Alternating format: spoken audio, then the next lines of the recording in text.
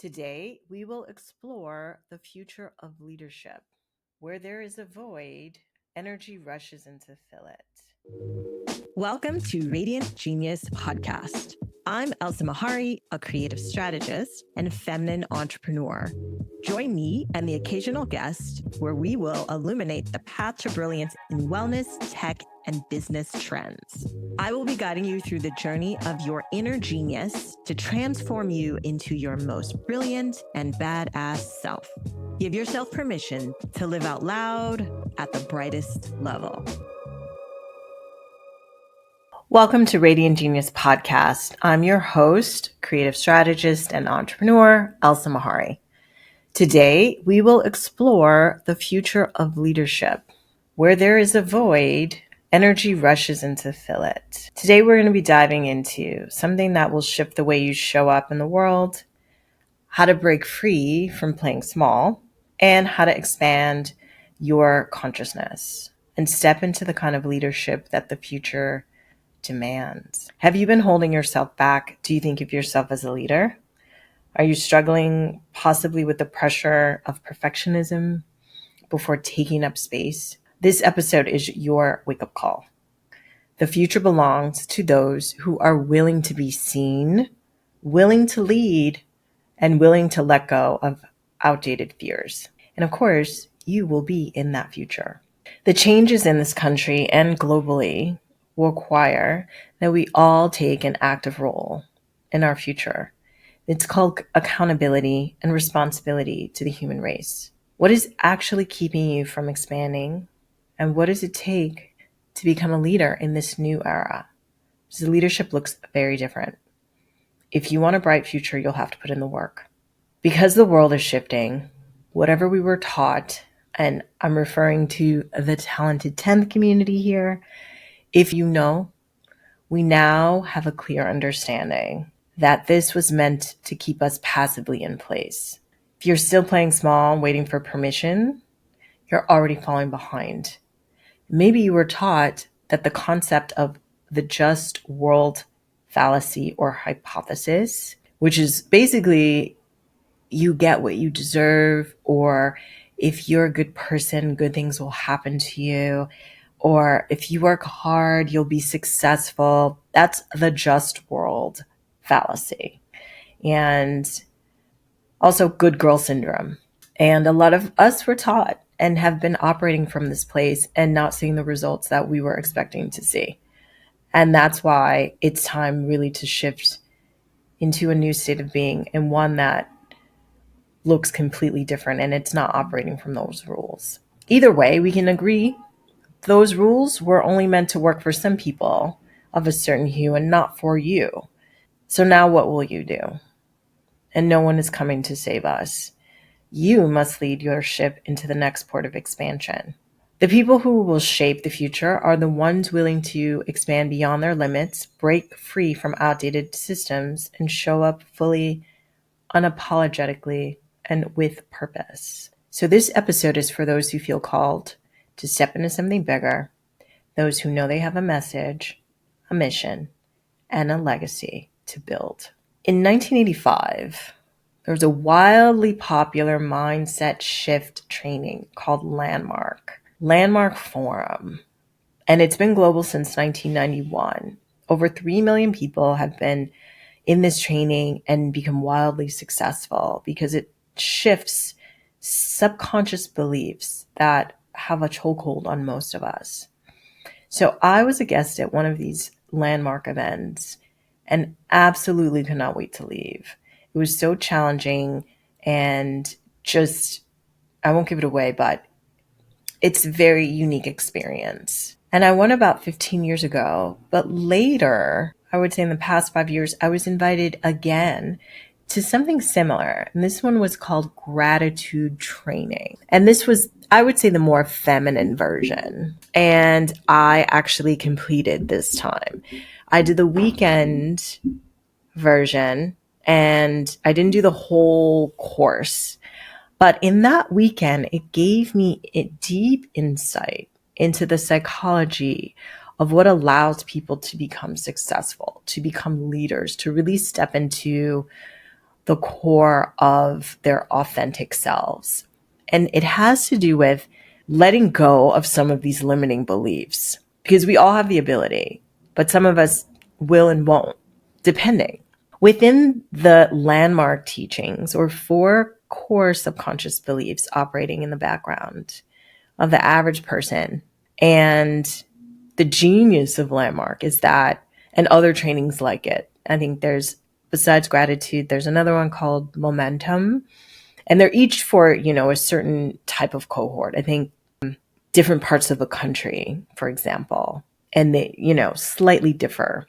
But in each of these trainings, they teach you and show you how to bring these limiting beliefs to the conscious space so that you can let go of them. And they do these through a different group of exercises. So you're not aware. They don't tell you the beliefs up front. And I won't reveal the exercises because they're very amazing.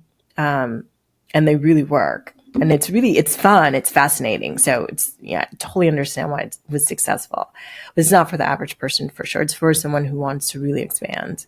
But these exercises would make you aware. And then by the end of them, by the end of the training, you could really see daily life. That's why I don't do this, or that's why I don't do that. And so there's really four core, and I'm going to go through them today. We'll have a little shared time. So these are the four: the need to be comfortable, the need to be right, the need to look good, and the need to be in control. I would say there's at least one of these operating in your subconscious that you're not aware of. So for some people, it's all four. For some people, it's maybe a little bit of one. They've really mastered and done a lot of internal work, and nothing to be ashamed of, but something to be aware of. So let's get into each one. So the need to be comfortable. Let's talk about, the college student, I had applied to my school. I was excited. And before the actual fall registration, they had something called the freshman trip. And it was way before cell phone. So it's not like I could check with my friends to be like, I didn't have college friends at that point because I hadn't yet, made my friends. So it was just me, like, do I go on this college trip? No one to help me decide. The freshman trips specifically were so that all the freshman students could bond.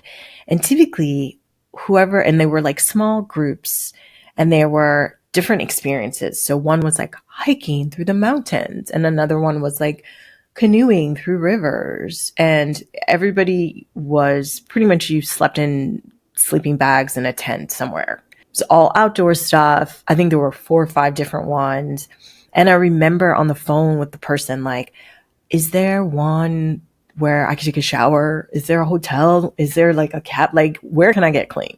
They were like, no, you're camping. You're out there for a week in the wilderness. It's totally fine.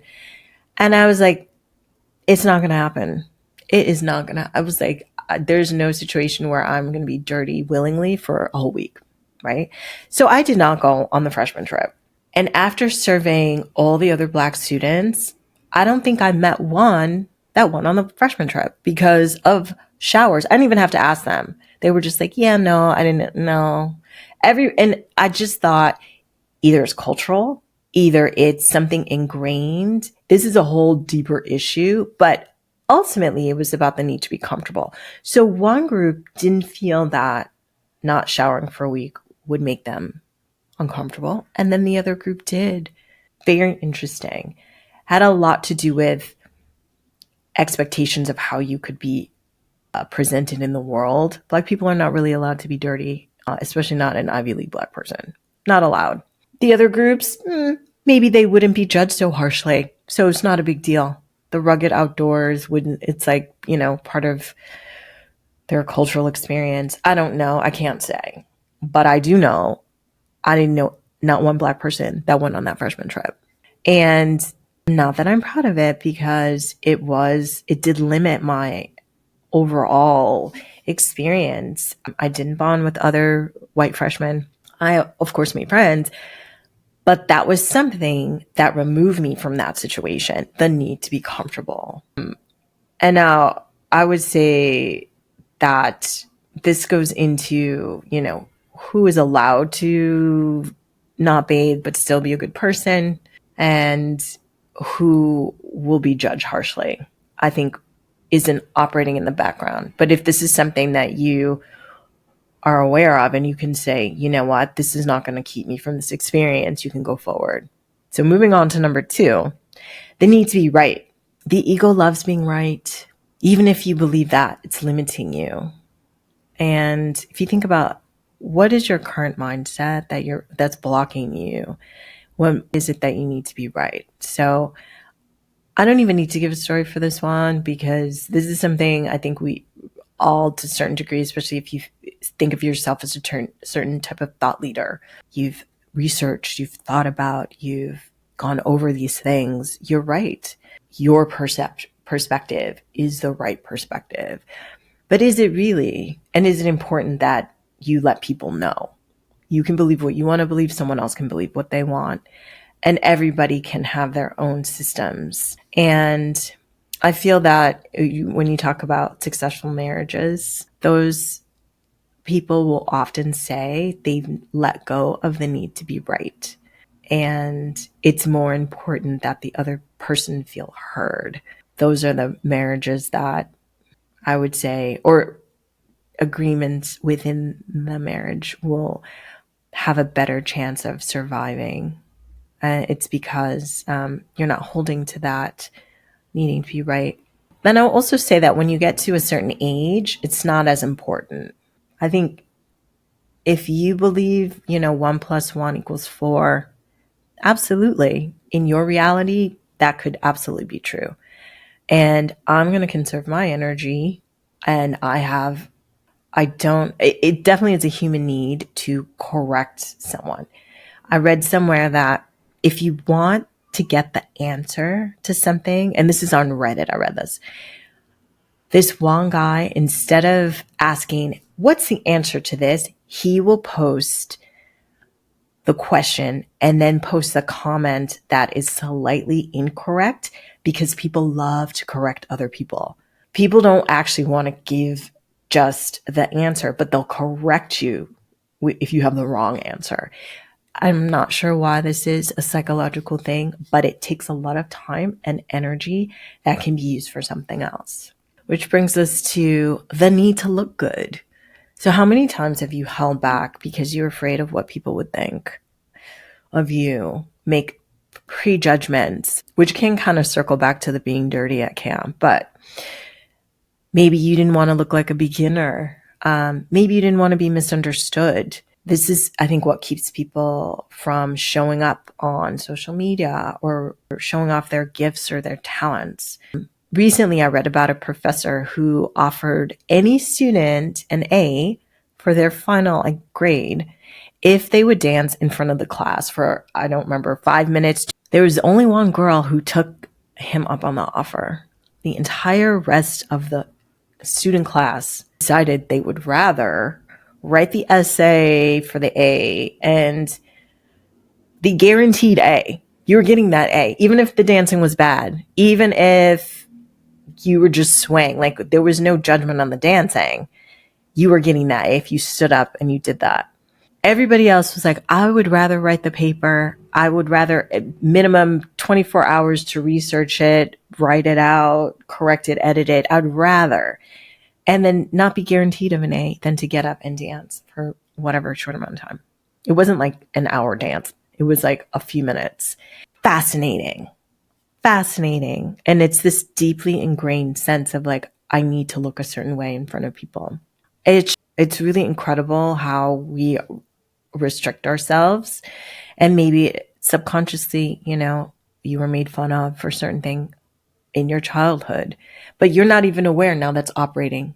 You're not even aware. I mean, and you think of people who are performers and they get up and they don't have this, obviously, right? Because it's like they either are used to having applause for looking a certain way, or if you're a model, or if you're, naturally attractive, all these things that doesn't occur to you. Even if you do something that's silly, oh, you're going to get a pass, right? So that doesn't affect you in the same way. But for some people, limits them incredibly in their life. And I mean, think about if this affects you at all.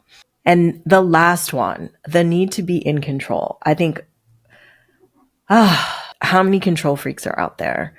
And it is such a pervasive issue. So real power doesn't come from control.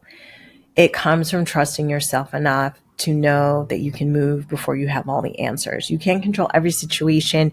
We don't know what's going to happen tomorrow. We don't know who's going to be in office to say whether you can speak freely or move freely or do whatever. We don't have control of that, but we still have to operate day to day. We still have to create. We are co-creating with the universe always. And we have to allow that to happen and show up with faith. So ask yourself, which of these four is keeping me small? And what happens if I decide to let it go? So the need for control, this one is really challenging. This can stem from even a small trauma that you've had in the past. You can say, I'm never letting that happen again. I'm going to control all the circumstances around my experience and whatever, or I'll never let myself be in that position or experience. And it's just really not really possible. And you can minimize, you can mitigate, you can try not to, but that ultimately will still keep you small. And I get it. If you can't feel safe, if you're not in control, sometimes you feel like you can't be great. You can't operate to your highest ability. You need certain things. Like when I used to work in magazines and we would have photo shoots, some of the high A-list celebrities needed certain things on set for them to feel comfortable. And this comfort would lead to getting a better result. And this would allow us to feel like we would now have control over how things were going to go because they had what they needed so we can get what we needed.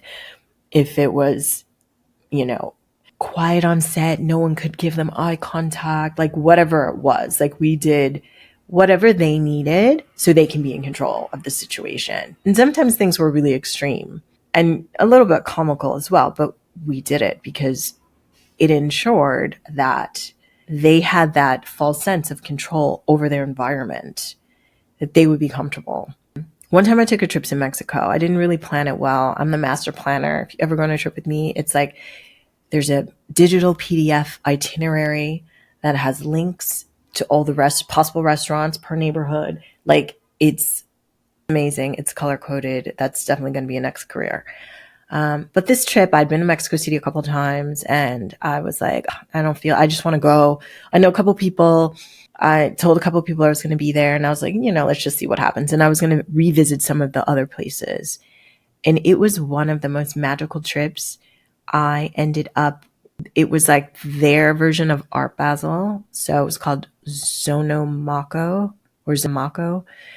And everybody from Brooklyn was there. So it was like, I stayed in this really cute neighborhood and all these Brooklyn folks, I'd run into them on the street and they'd be like, come to this restaurant, come to that restaurant. And I had a friend, she invited me to this rooftop party, more Brooklyn people.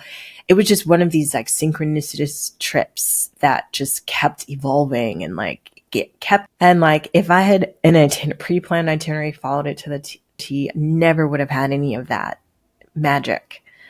And so I've had a couple of trips like that actually, where it all worked out and some that didn't. And I was like, definitely need an itinerary.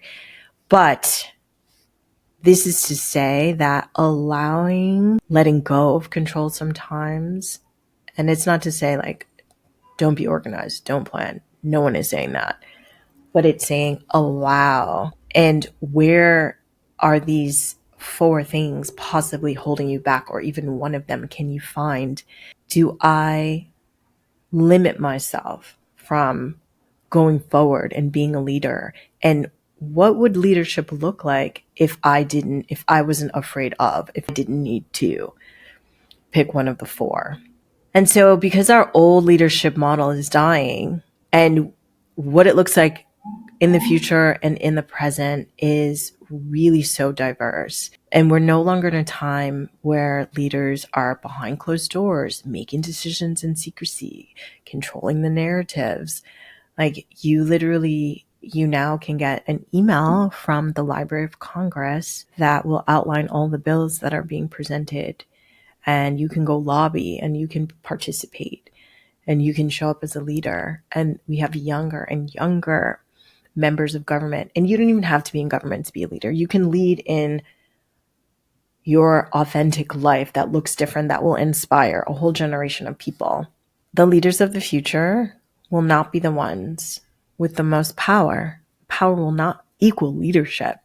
They will be the ones with the most integrity, vision, and courage that will inspire other people to live their lives as well.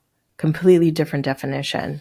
And I'm going to leave us with some leadership trends. I think that leadership will no longer be about holding power, but about holding truth. I think that our new leaders are going to be ahead of their time, so they will be misunderstood because what they're creating, it won't have been seen before. So there's going to be a need for openness and receptivity because it's going to be new models.